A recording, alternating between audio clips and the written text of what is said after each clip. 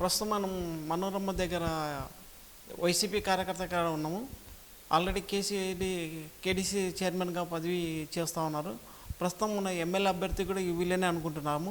కానీ ఇప్పుడున్న కాలంలో ఎలక్షన్ల దగ్గర పడే కొద్దీ టికెట్లు నువ్వు అంటే డి అని ఎక్కువ కర్నూలు నుంచి దాదాపుగా 10 పేర్లు వినపడిస్తున్నాయి. లాస్ట్కి టికెట్ ఎవరికి వస్తుంది ఎవరికో అర్థం కావడం లేదు. ప్రస్తుతం మనం అక్కని అడిగి ఆ విశేషాలు ఏందో కనుక్కుందాం.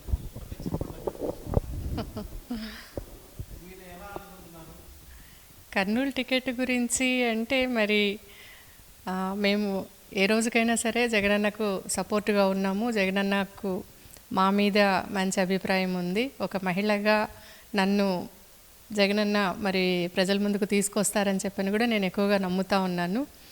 ప్రజెంట్ పరిస్థితుల్లో చూస్తుంటే మరి కర్నూలులో కూడా అన్ని వర్గాల ప్రజలు ఉన్నారు.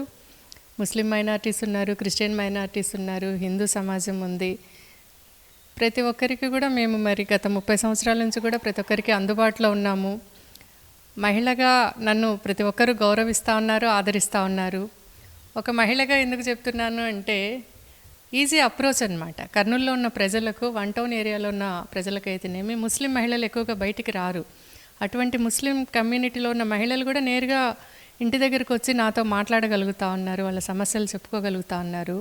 సరే, ఇవన్నీ జగనన్న దృష్టికి కూడా వెళ్ళినాయి. జగనన్న దృష్టిలో కూడా నేను ఉన్నాను అని చెప్పని నా భావన, కర్నూలు ప్రజల భావన. ప్రతి ఒక్కరు కూడా మరి పాజిటివ్గా స్పందిస్తూ ఉన్నారు.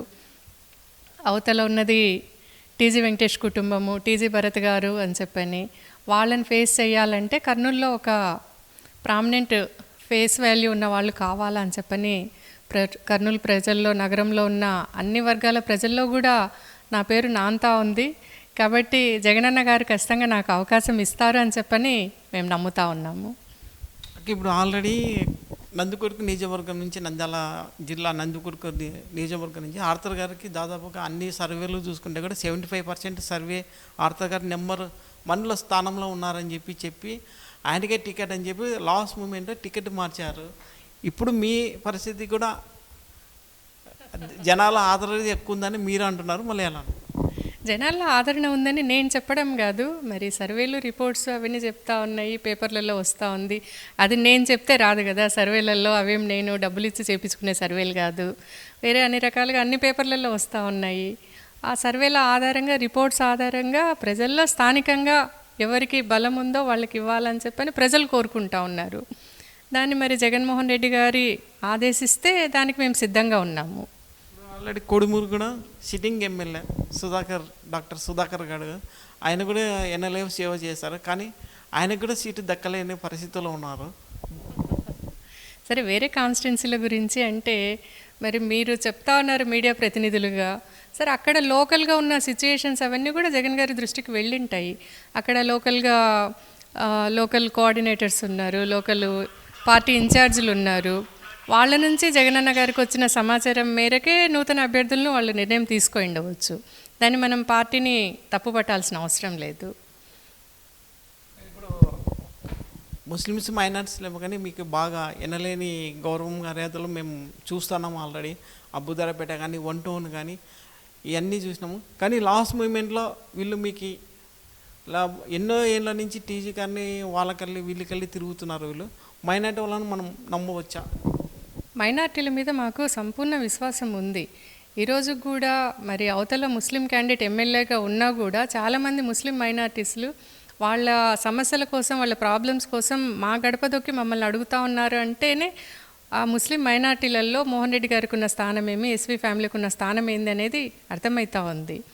ప్రతి ఒక్క సమస్యకు, ప్రతి దాని గురించి కూడా అంటే ముస్లిం మత పెద్దలు కూడా మోహన్ రెడ్డి గారిని కన్సల్ట్ చేయడము, వచ్చి వాళ్ళవి ఏమన్నా మసీదుల ప్రాబ్లమ్స్ కానీ వేరే ఏమన్నా సమస్యలు ఉన్నా కూడా ఇక్కడికి వచ్చి వాళ్ళ సమస్యలకు పరిష్కారాన్ని చేసుకొని వెళ్తూ ఉన్నారు. కాబట్టి ముస్లిమ్స్లో మాకు గట్టి నమ్మకం ఉంది, విశ్వాసం ఉంది.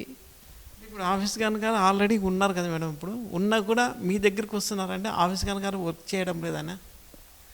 ఉన్నా కూడా మా దగ్గరికి వస్తున్నారంటే ఇప్పుడు ఎక్కడైనా సరే ఒక నాయకుడు ఎమ్మెల్యే కావాలన్నా ఎంపీ కావాలన్నా కేవలం ఒక వర్గం ప్రజలు ఓటేస్తేనే నాయకులు కాలేరు, ఎలక్ట్ కాలేరు. అన్ని వర్గాల ప్రజలను వాళ్ళు ఆదరించాలా. అన్ని వర్గాల ప్రజలు ఉంటారు సమాజంలో, వాళ్ళందరూ ఆదరణ ఉన్నవాడే నాయకుడు కాగలుగుతాడు. ఒక వర్గాన్ని నమ్ముకొని ఒక వర్గం వాళ్ళు చేస్తేనే నాయకులము కావాలి అనుకోవడం, అవ్వాలనుకోవడం కూడా అది కరెక్ట్ కాదని చెప్పని నేను అనుకుంటున్నాను. మేడం, ఒకవేళ పొరపాటున మీకే టికెట్ వచ్చి గెలిస్తే కర్నూలు ఏం అభివృద్ధి చేయాలనుకుంటారు? కర్నూలులో ఎస్వి మోహన్ రెడ్డి ఎమ్మెల్యేగా ఉన్నప్పుడు కర్నూలులో ఏ రకంగా అభివృద్ధి చేసినారో ప్రజలందరికీ స్పష్టంగా తెలుసు. ఈరోజు ఆనంద్ థియేటర్ దగ్గర ఉన్న బ్రిడ్జ్ అయితేనేమి, జోరాపురం బ్రిడ్జ్ అయితేనేమి, తర్వాత కర్నూలుకి ఇంటింటికి మంచినీటి కొళాయి పథకం అయితేనేమి, పార్కుల డెవలప్మెంట్ అయితేనేమి, ఇవన్నీ కూడా మోహన్ రెడ్డి గారు చేసినారు. సో వాటన్నిటి గురించి స్పష్టమైన అవగాహన ఉంది. రేపొద్దున ఒకవేళ జగనన్న గారు నా మీద నమ్మకంతో నాకు ఈ బాధ్యతను అప్పగిస్తే కర్నూలు ఇంకా ముందుకు తీసుకొని పోవడానికి ఖచ్చితంగా అన్ని రకాల డెవలప్మెంట్స్ చేస్తాను. ప్రస్తుతం మనం మేడం గారితో అడిగి తెలుసుకున్నాము. కర్నూలు ఎంతో అభివృద్ధి చేస్తామని చెప్పి వాళ్ళ మాటల్లో చెప్పారు.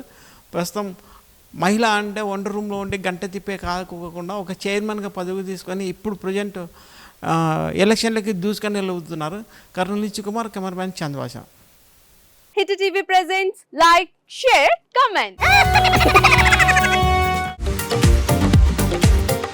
టీవీ వాళ్ళకు కూడా నేను ఒక సర్ప్రైజ్ ఇద్దాం అనుకుంటున్నాను. మీరు మాత్రమే జెస్సీ ఎందుకు అయ్యారు? ఇలాంటి అమ్మాయిలకి పిలవడానికి బాగుంటుంది. చందు సాయికి like you and have a జనాలకి ఒక పేరు నచ్చిందంటే దీనికి ఒక ప్రాసెస్ ఉంటుంది. ఎందుకు బాక్స్ డైరెక్ట్కి వెళ్ళిపోదాం. ఏదైనా ఒకటి మర్చిపోయినావా నువ్వు? ఏం మర్చిపోయావు? ఏదో ఆ టైంకి మన సుడి బాగుంటే ఎవరన్నా చూపిస్తే రాయగలం కానీ డోర్ టు డోర్ సేల్స్ చేసేవాళ్ళు. శారీ వస్తుంది, శారీలో వెనకాల కట్టుకుని